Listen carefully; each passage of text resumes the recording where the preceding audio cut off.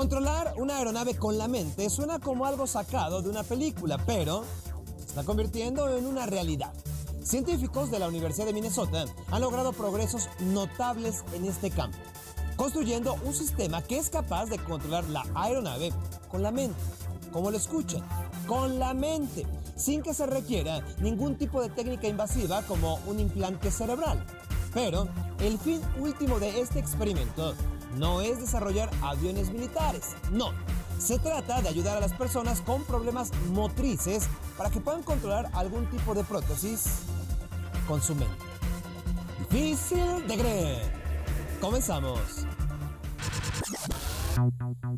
Hoy, cuando los sueños inspiran inventos, también los dilemas que trae la tecnología moderna, además las historias más sorprendentes de terroristas, finalmente los desastres y tragedias de la exploración espacial. Todo será difícil de creer.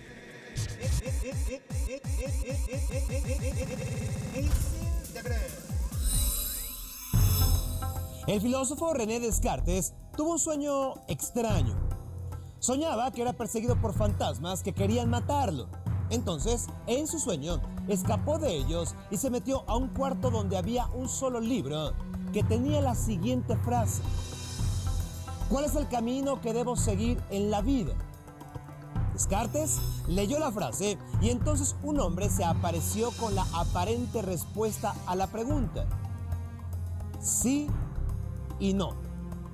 Entonces, Descartes despertó, convencido de que Dios mismo se le había aparecido en el sueño para indicarle que tenía que cambiar la manera de pensar de la humanidad.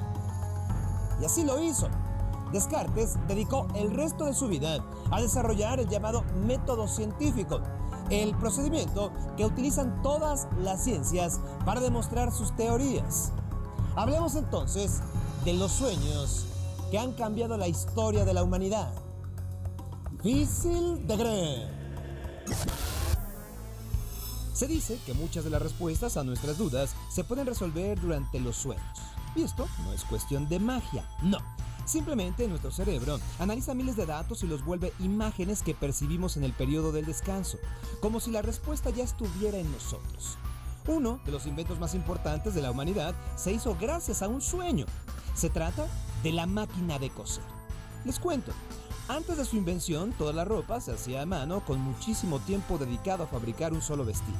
Entonces, fue en el siglo XIX cuando un hombre llamado Elias Howe decidió inventar una máquina que fuera capaz de coser a gran velocidad. El problema es que no encontraba un diseño satisfactorio, pero una noche soñó que un grupo de caníbales lo amenazaba porque querían que ya terminara su invención. Como no pudo hacerlo, fue apuñalado en el sueño. Entonces, notó que los cuchillos de sus enemigos entraban y salían repetidamente de su cuerpo. Eso le dio la idea de utilizar una aguja que funcionara de manera similar para su máquina de coser. Por fin, tenía la respuesta. Una revolución científica fue creada por un sueño. El científico August Kekulé von Stradonitz pasó años tratando de descubrir la estructura química de una molécula llamada benceno. Pregunto, ¿por qué fue tan importante?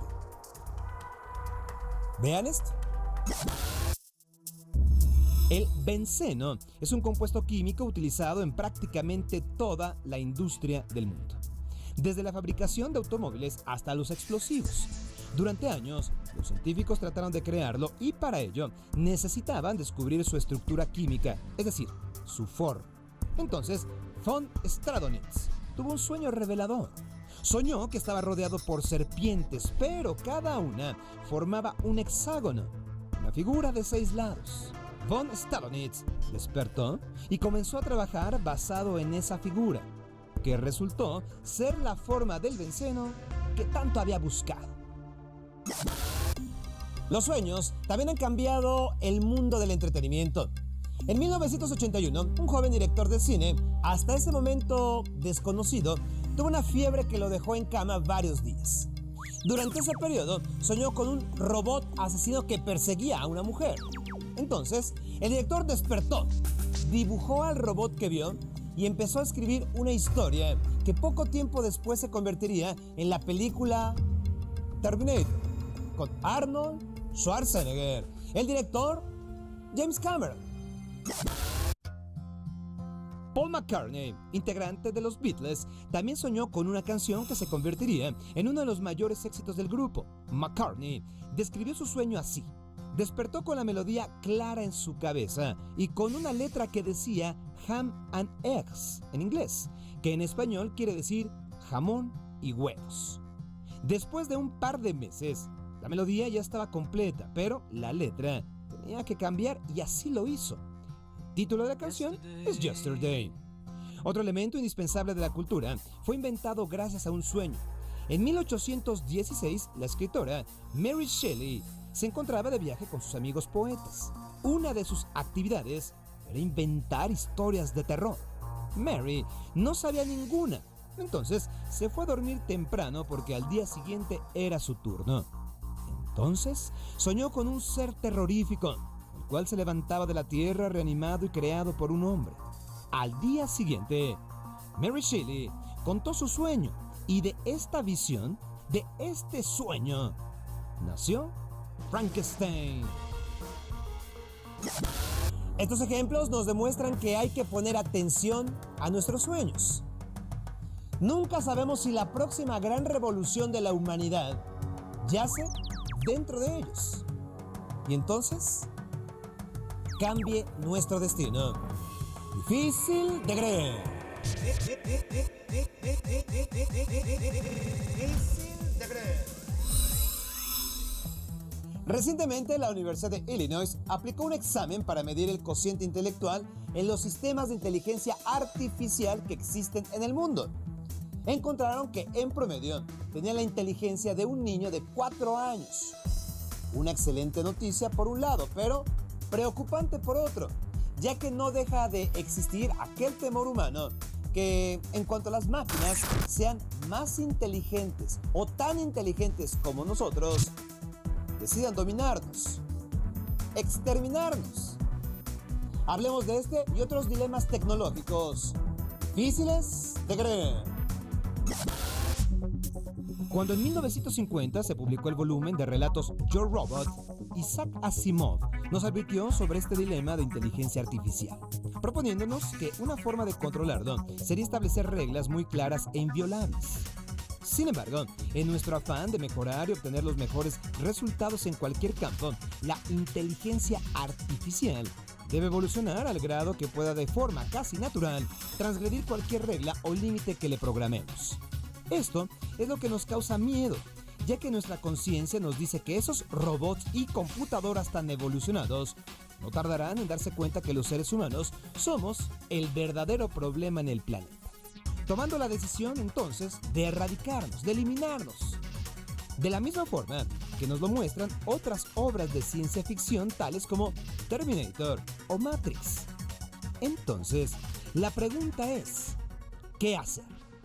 ¿Detenemos el desarrollo tecnológico en cierto punto? ¿O nos arriesgamos a que las máquinas tomen el control? A mí me gusta pensar en otras opciones como transformar nuestra sociedad.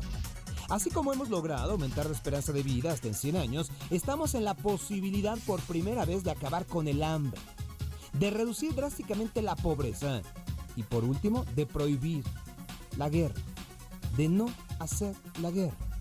Es decir, lograr lo que alguna vez imaginó John Lennon, darle una oportunidad a la paz.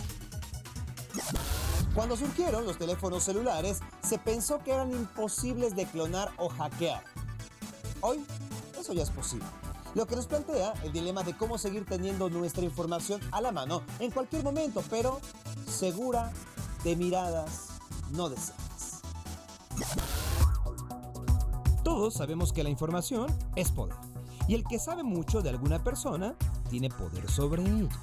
Pero hoy nuestra información flota en la nube, en esa nube informática que le llaman. Se encuentra en nuestras computadoras y celulares y no hay que ser paranoico para preocuparse de qué ocurriría si nuestros datos caen en manos equivocadas. Las molestias podrían ser desde incómodas llamadas para vendernos algo que no queremos hasta la extorsión o robarnos nuestros ahorros, inclusive nuestra identidad para cometer delitos. Una posible respuesta que se ha encontrado es la encriptación múltiple. Repito, encriptación múltiple. Es decir, las claves de acceso se encriptan varias veces, haciendo imposible su hackeo. El único problema es que si el usuario pierde su contraseña, ya no podrá recuperarla con simplemente enviar un correo. Inclusive, los gobiernos no están tan de acuerdo con esta algorítmica respuesta, ya que hasta ellos podrían verse imposibilitados para recuperar la información si llegan a perder la contraseña. Tan solo en el 2012, 550 millones de personas fueron víctimas de hackers en todo el mundo. Eso sería aproximadamente 5 veces la población de todo México. Lo peor es que las autoridades esperan que este número crezca en los próximos años, tal vez hasta el punto de que todos y cada uno de nosotros suframos un ataque de este tipo en algún momento de nuestra vida. En julio de este año, un joven de España de 23 años fue detenido por robar a usuarios de la aplicación WhatsApp más de $500,000 en tan solo 2 meses. Este joven ofrecía una falsa aplicación capaz de espiar las conversaciones de otros usuarios. De nuevo el dilema: ¿de qué sirven las reglas si la gente está dispuesta a pagar para espiar? Aunque crea que lo hace de forma inocente, por lo visto, mantenerse fuera de la red es la única opción para realmente estar seguro ante estos problemas. Incluso el gigante Apple sufrió un ataque por parte del experto en seguridad Ibrahim Balik, quien obtuvo la información de 257,000 cuentas de la empresa. Aunque Balik afirmó que no lo hizo para cometer un delito, sino únicamente para llamar la atención de Apple sobre este problema en su seguridad. El máximo dilema en esta era tecnológica es: ¿regresamos a vivir como hace 50 años cuando la computación y el internet no eran cosa de todos los días? ¿O simplemente podemos ser más conscientes sobre el uso que le damos a la tecnología? La respuesta es obvia. El por qué no lo hacemos es difícil de creer.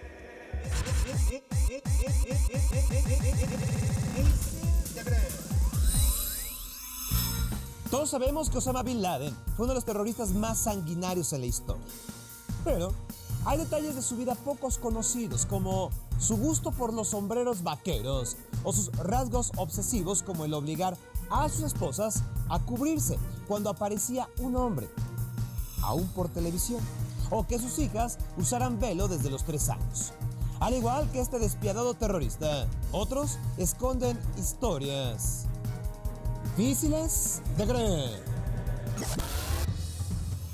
Ted Kaczynski es un verdadero genio matemático de Estados Unidos que canalizó su extraordinario talento para el mal.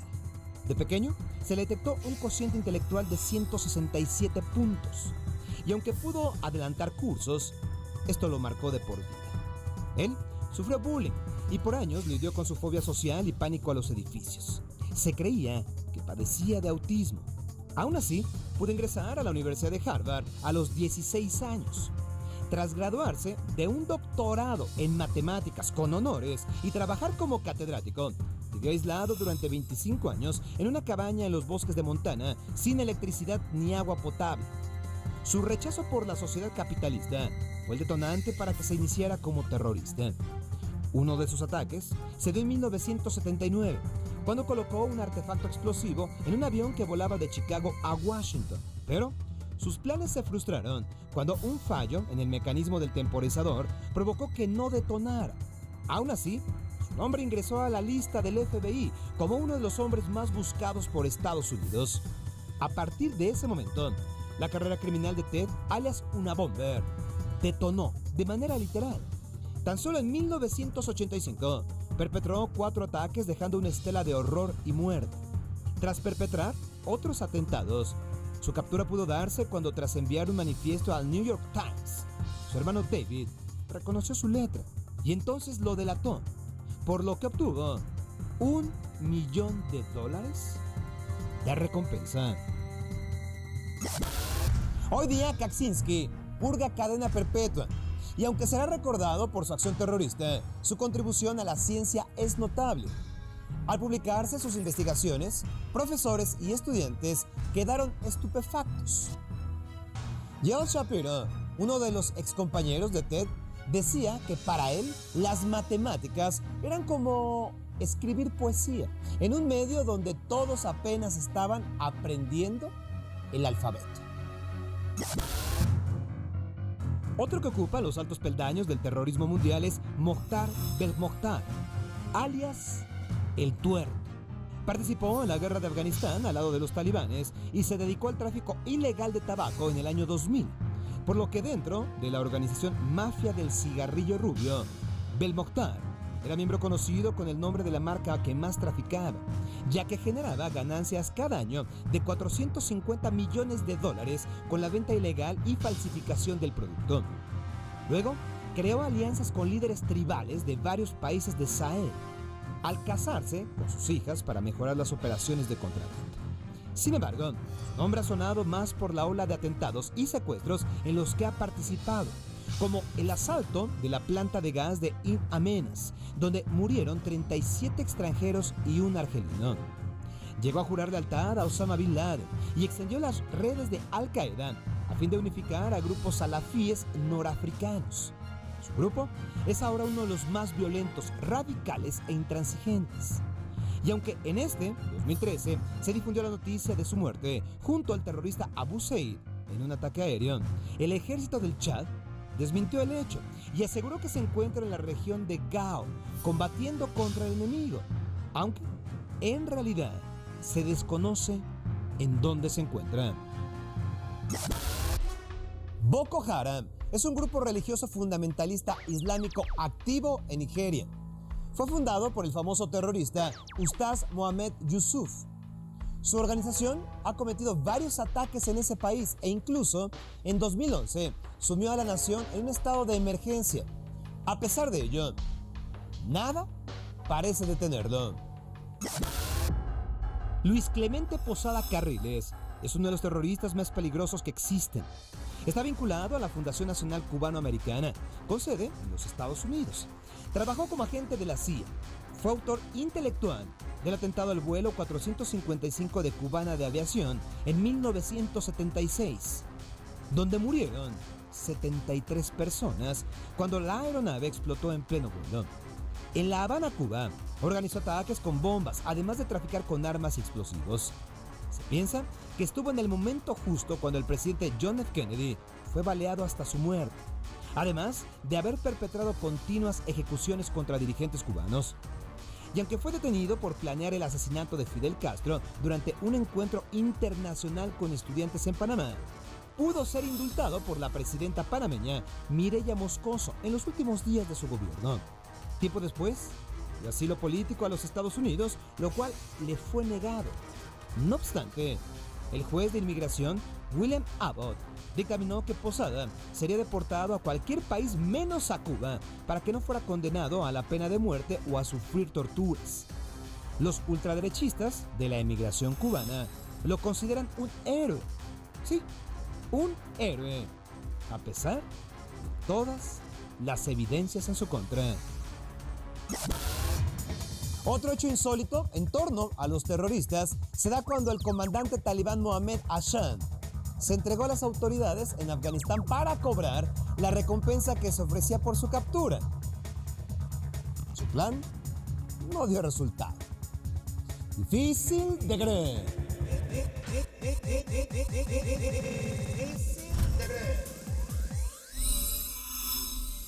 Hoy en día, el ser humano sigue explorando el espacio buscando expandirse hacia nuevos mundos. Pero esta llamada conquista ha tenido su precio, lamentable, y más de una vez se ha cobrado la vida de personas. Difícil de creer. Sin duda, uno de los peores desastres de la exploración espacial fue el del transbordador espacial Challenger.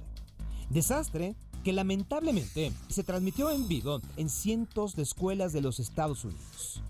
Pero, ¿por qué especialmente fue trágico este evento? Por una simple razón. Esta misión llevaría a la primera maestra al espacio, Krista McAuliffe, quien fue seleccionada para este honor de entre una lista de 11,000 maestros postulantes. Sin embargo, lo que parecía ser muy buena suerte terminó en tragedia. A los 73 segundos de haber despegado, la nave espacial se desintegró por encima del océano Atlántico y la maestra, junto con los otros 6 miembros de la tripulación, fallecieron debido a una falla mecánica. Se calcula que un 42% de los niños que tenían entre 9 y 13 años en esa época vieron el accidente en vivo, en sus salones de clases. La magnitud de este desastre hizo que las misiones espaciales de la NASA se detuvieran por 2 años.